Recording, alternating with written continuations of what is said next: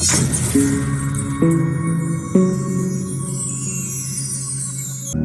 vous êtes pauvre, vous serez toujours pauvre. C'est transmis génétiquement. C'est ça la chose effrayante. Vous savez, malheureusement, les pauvres, comme ça l'était dans la Bible, je ne suis pas vraiment religieux, mais les pauvres seront toujours parmi nous. Bonjour, salut. Je suis heureux de vous retrouver dans le cadre de cette vidéo. La question est forte ce soir. Est-ce que la pauvreté est héréditaire? La pauvreté est-elle héréditaire? Si oui, comment cela est-il possible que la pauvreté soit héréditaire? Qu'est-ce que nous pouvons dire à ce sujet? C'est le thème de cette vidéo. Le constat est clair. Les enfants qui grandissent dans des conditions précaires, généralement, ont très peu de chances de se retrouver de l'autre côté. C'est ainsi que c'est juste par des miracles, c'est-à-dire des exceptions, qu'on retrouve des personnes qui ont grandi dans le quata ou alors dans le ghetto, comme on dit souvent, et qui se retrouvent avec des vies bien meilleures que leurs parents. Même quand c'est le cas, même quand ils se retrouvent avec des vies bien meilleures que leurs parents, c'est grâce à l'éducation. Donc l'éducation joue un rôle très important pour sortir les personnes de ces ghettos-là, s'il faut parler ainsi. Généralement, ce qui est remarqué, c'est que lorsqu'on a grandi dans des conditions précaires, très souvent, on a de fortes chances, si on a eu une bonne éducation, de se retrouver dans la classe moyenne, quel que soit son salaire. La liberté financière est atteinte par quelques rares personnes qui, ayant grandi dans des conditions précaires, montent jusqu'à la classe moyenne. Pourquoi cela? Ceci peut être dû au fait que l'éducation financière est très faible. Généralement, la pauvreté peut s'enseigner dans les maisons. Écoutons un peu ça. Oh, je ne serai jamais riche. Ou le préféré, les riches sont égoïstes. La pauvreté est transmise. Elle est enseignée dans les familles. Et la classe moyenne est enseignée dans les familles. Et donc, les gens là maintenant, qui sont assis à la maison, qui luttent financièrement et sont inquiets à propos de l'argent, ou juste malheureux. Ils gagnent peut-être beaucoup d'argent, mais sont juste malheureux de faire ce qu'ils font. Ça vous a probablement été enseigné. Vous savez, votre ego a été éduqué. Trouvez un travail, travaillez dur, ou vous ne serez jamais riche, ou les riches sont méchants, ou peu importe. Mais malheureusement, ce que M. Lipton disait, c'est transmis génétiquement. C'est ça la chose effrayante. C'est pour ça que le système scolaire est en fait fondamentalement corrompu. Il est anti-éducation. D'accord. Ne faites pas d'erreur et ne demandez pas d'aide. Ah oui, la pauvreté peut s'enseigner dans les domiciles, avec les croyances limitantes que nos parents nous inculquent. Si par exemple, un oncle qui a une certaine aisance, qui a un peu d'argent, comme on dit souvent chez nous, généralement on le taxe de sorcier.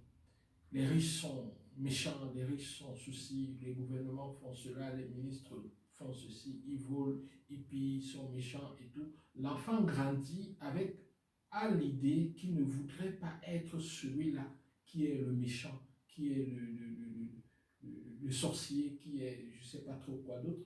Et du coup, lorsqu'il sera grand, automatiquement, ses gènes vont tout faire pour rejeter toutes les situations qui peuvent lui permettre d'atteindre le niveau de vie de celui qu'on a vilipendé pendant toute son enfance. Voyez un peu. Donc, du coup, c'est ce qui se passe dans sa tête. Il bloque tout. Il bloque tous les mécanismes, toutes les actions qui peuvent lui permettre de sortir de sa pauvreté, s'il faut parler ainsi.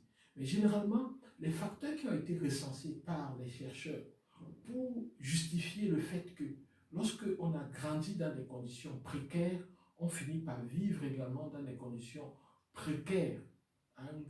On a de fortes chances de vivre aussi dans des conditions précaires lorsqu'on aura l'âge adulte. Parmi ces facteurs, il y a d'abord le fait que la santé des enfants qui grandissent dans des conditions précaires est très fragile. 40%, par exemple au Québec, 40% des enfants des familles pauvres accusent un retard de développement et ceci joue sur leur éducation. Nous avons vu que l'éducation est pratiquement la seule chose qui permet de sortir l'enfant de la précarité et de lui permettre de vivre dans un environnement mieux que celui de ses parents. Aussi, le coût élevé des études peut être un frein, surtout dans les pays développés, les études sont très très élevées. Ça peut aussi être un frein, ça peut permettre de bloquer, de faire à telle enseigne que les enfants qui ont grandi dans une certaine précarité n'aient pas accès à certaines études. Et même quand ils ont accès, très souvent, on cherche des raccourcis. C'est difficile qu'on aille jusqu'au doctorat, sauf quelques exceptions, parce qu'on cherche des raccourcis pour travailler le plus tôt possible et subvenir à ses propres besoins et à ceux de la famille, ce qui n'est pas très évident. Il y a 3 fois plus de délinquances qui sont enregistrées au milieu des enfants qui grandissent dans des conditions précaires. Nous avons tous aimé les grandes histoires des personnes qui sont nées dans le ghetto et qui sont devenues super riches, mais des scientifiques américains ont prouvé que lorsqu'on a vécu dans des conditions difficiles dans l'enfance, cela impactait également le gène à près de 8%. Et ce gène-là serait transmis aux générations futures. En effet, les chercheurs de l'université de Northwestern à Chicago ont analysé le sang d'un échantillon de près de 500 personnes nées dans les années 80. Puis, ils ont mesuré un certain nombre de facteurs dans l'ADN de ces personnes-là et progressivement, ils ont pu démontrer, pour faire bref, ils ont pu démontrer que lorsque on a vécu dans des conditions difficiles, dans des conditions défavorables dans l'enfance, ceci altérait le génotype de près de 8%, que la pauvreté pourrait faire changer, occasionner des modifications au niveau du gène. Et quand on sait que c'est l'empreinte génétique qui est transmise à la descendance, on a bien lieu de s'inquiéter et de se demander si effectivement la pauvreté peut se transmettre de manière héréditaire, aussi biologiquement. Toujours est-il que sur ce sujet, plusieurs études ont été effectuées. Plusieurs études. Et la plupart des études, en dehors de celles de cette université, qui montrent que le fait de vivre dans certaines conditions précaires peut altérer le gène. Et une fois que le gène est altéré, ça peut se transmettre sur notre descendance. En dehors de cette étude-là, la plupart nous conduisent à faire attention, nous demandent de faire attention à la manière dont nous éduquons nos enfants. Parce que en éduquant les enfants, en mettant dans leur tête des croyances limitantes, ils vont être limités tout au long de leur vie à cause de ces croyances. Nous devons nous débarrasser de ces limites que nous avons dans le cerveau qui ne dépendent pas de nous, qui viennent de la manière dont nous avons été éduqués. Il y a par exemple des choses comme on ne peut pas poursuivre 2 lièvres à la fois. Pour vivre longtemps, vivons cachés. C'est quoi ces conneries? Pourquoi se cacher pour vivre longtemps? Parce que s'il faut être caché, je ne serais pas ici en train de faire des vidéos. Et ces vidéos, je suis certain, au vu des messages que je reçois de temps en temps, que ça aide certaines personnes à prendre des décisions ou alors à s'informer sur un certain nombre de choses. Donc, rien à faire. Si on est caché, alors on est caché, on ne bénéficie à personne et parfois on ne sert à rien du tout. Bon, en fait, si vous voulez mon avis sur la question, voici ce que moi j'en pense. L'être humain, dès sa naissance, est programmé. Il est programmé par l'éducation qu'il reçoit au sein de sa famille biologique, ou du moins au sein du milieu dans lequel il évolue. Et tous ces programmes qu'on met dans la tête de l'enfant prédestinent l'enfant à vivre dans une bulle, comment dirais-je. Cette bulle peut être une bulle dans la classe moyenne, une bulle dans la classe des pauvres, une bulle dans la classe des riches. Voyez un peu. Ça, c'est ce que je pense. Donc maintenant, en fonction de cette éducation, on prédestine l'enfant à entrer dans l'une de ces bulles que j'ai citées là, ou alors dans une autre que je n'ai pas citée, que peut-être je ne connais même pas. Voyez. Donc, c'est ce que moi je pense. Donc, il est très important il est très important, lorsqu'on éduque son enfant, de lui donner l'impression qu'il est un Superman qui peut réaliser beaucoup de choses, afin qu'il ne soit pas limité. Et cette partie-là, c'est-à-dire cette bulle-là, où il peut vivre ce petit ballon, je ne sais pas, cette partie de l'espace, où il y a une forte probabilité de le trouver, moi j'appelle ça les orbitales génétiques. Orbitales génétiques. Pas génétique, pas parce que ça s'est transmis par les gènes, mais parce que ça vient de l'éducation qu'il a reçue. Et cette éducation-là, il a reçue à l'enfance. Et cette éducation-là, généralement, ça se fait dans la famille. Pour atteindre la liberté financière, il faut sortir de l'orbital génétique. La liberté financière n'est pas le fait d'avoir un grand salaire et de pouvoir subvenir à ses besoins. Subvenir à ses besoins, c'est une chose, mais la liberté financière, c'en est une autre. C'est toute une éducation financière qui permet d'atteindre sa liberté financière.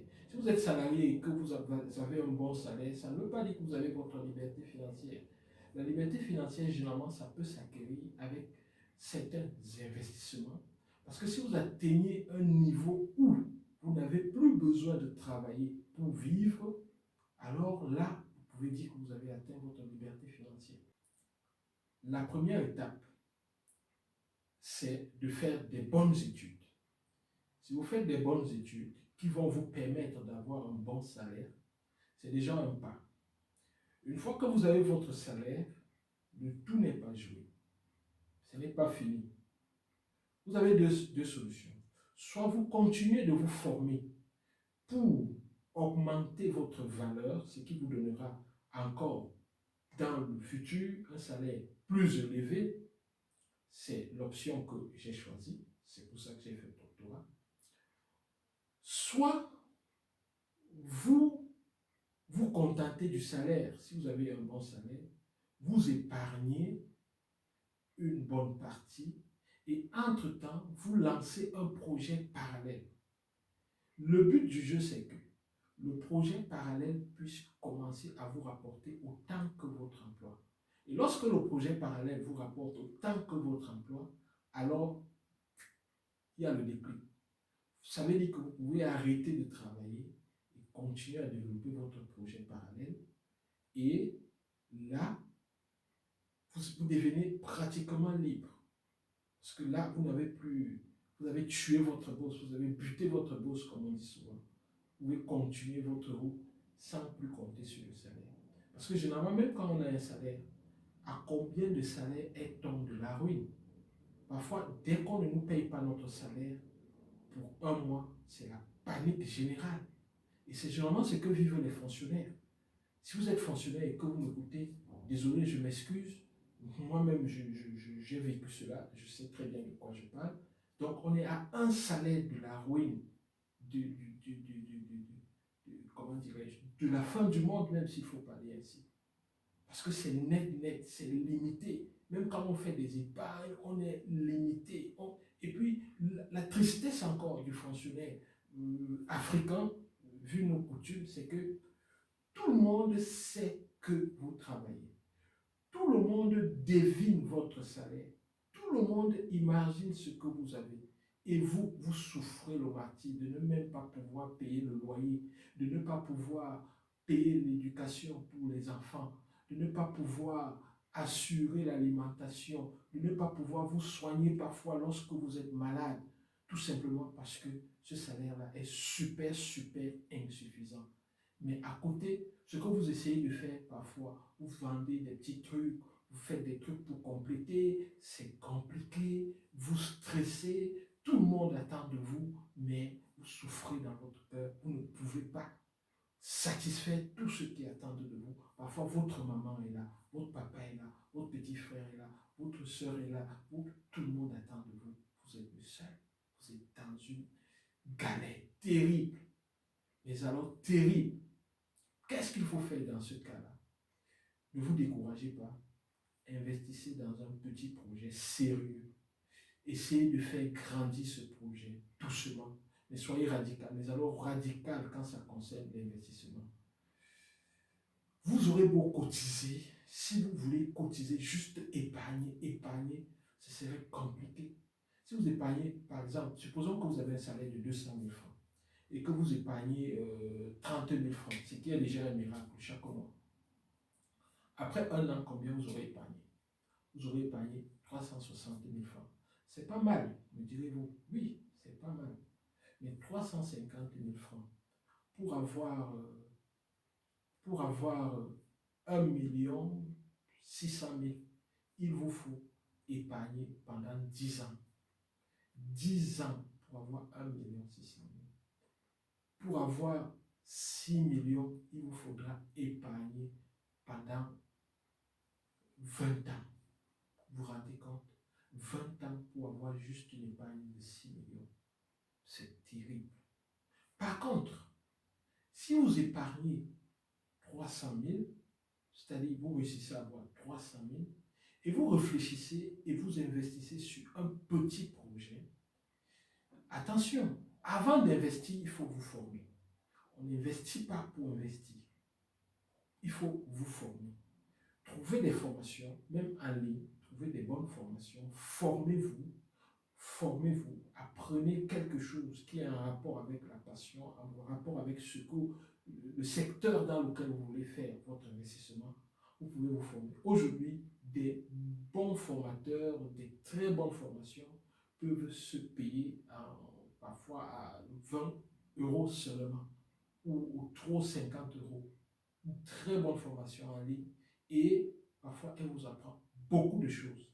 Et une autre chance encore, c'est qu'il y a même des vidéos sur YouTube comme celle-ci et d'autres vidéos qui parlent des formations, qui donnent des conseils, qui vous donnent Bref, il y a des formations même gratuites sur YouTube. Donc, vous pouvez même vous former gratuitement sur YouTube. Tapez juste le thème qui concerne le business que vous voulez faire. Essayez de voir les vidéos qu'on a publiées sur le thème, essayez de voir ce qu'on dit sur le thème et tout et tout. Bref, formez-vous. Une fois que vous serez formé, définissez votre business, commencez petit. Ne privilégiez pas les business où il vous faut construire un bâtiment, louer des locaux, acheter un camion. Non, non, non, non, non, non. Commencez petit, faites pas à pas, faites vos preuves petit, petit, avancez. Même quand il faut un camion, vous allez le prendre en location uniquement pour les 2 heures nécessaires pour finaliser la tâche qui incombe à ce camion. Même quand il faut un bureau, trouvez quelqu'un qui a déjà un bureau et mettez une chaise là-bas et de temps en temps, allez vous asseoir à cette chaise-là. Ou alors déclarez le bureau d'un ami comme votre bureau s'il faut enregistrer l'activité légalement, mais menez vos opérations à partir de votre salon à la maison. C'est quand vous aurez eu des revenus, vous aurez eu un retour, vous aurez eu des revenus par rapport à votre activité que vous pourrez évaluer et louer un petit bureau. Ne vous leurrez pas. Ne vous dites pas que non, en fonction de ce que je fais, il faudrait des gens importants vont venir au bureau, il faudrait qu'ils voient le bureau, comme ça ils comprendront que c'est une activité sérieuse. Ça, c'est des histoires que vous vous racontez à vous-même. Ça ne se passe pas comme ça. Lorsque quelqu'un a besoin d'un paracétamol, lorsque quelqu'un a mal aux dents, même si le médecin se trouve dans une case, je ne sais pas, en bois ou en bambou, je ne sais pas trop quoi, on lui dit, voilà le monsieur qui peut guérir tes maux de tête ou tes maux de dents. Le gars, il va courber, il va entrer. Vous voyez souvent des personnalités très sérieuses, des ministres, des présidents même, qui arrivent chez des marabouts, qui ont des huttes, mais alors des huttes, et on leur demande de s'asseoir par terre et ils s'asseyent. Pourquoi?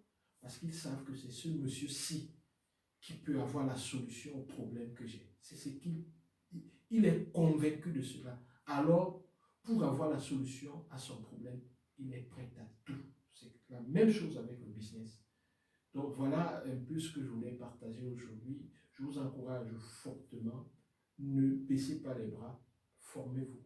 Pour ceux qui me posent des questions personnelles, je vous ai dit que je ferai une vidéo, peut-être le jour de mon anniversaire. Ce mois, c'est mon mois d'anniversaire. Peut-être le jour de mon anniversaire, ça sera votre cadeau d'anniversaire que je vais vous offrir. J'ai eu plusieurs questions dans ce sens-là sur mon parcours. Vous voulez savoir quel est mon parcours, par quoi je suis passé, pourquoi, machin. Voilà, peut-être le jour de mon anniversaire, comme je disais, je vais peut-être répondre à cette question par le biais d'une vidéo. Et entre-temps, si vous avez d'autres questions que vous aimeriez poser, faites un message privé. Je vais mettre le email. Je vais mettre le email en bas de cette vidéo, le email par lequel vous pouvez me joindre régulièrement, vous poser poser vos questions. Je vais accumuler les questions jusqu'au 25 décembre, qui est le jour de mon anniversaire. Et ce jour-là, je pense que je vous ferai une vidéo pour répondre à toutes ces questions-là qui concerneront mon parcours et mes différentes activités. Merci et bonne soirée à vous. Au revoir. Bye bye.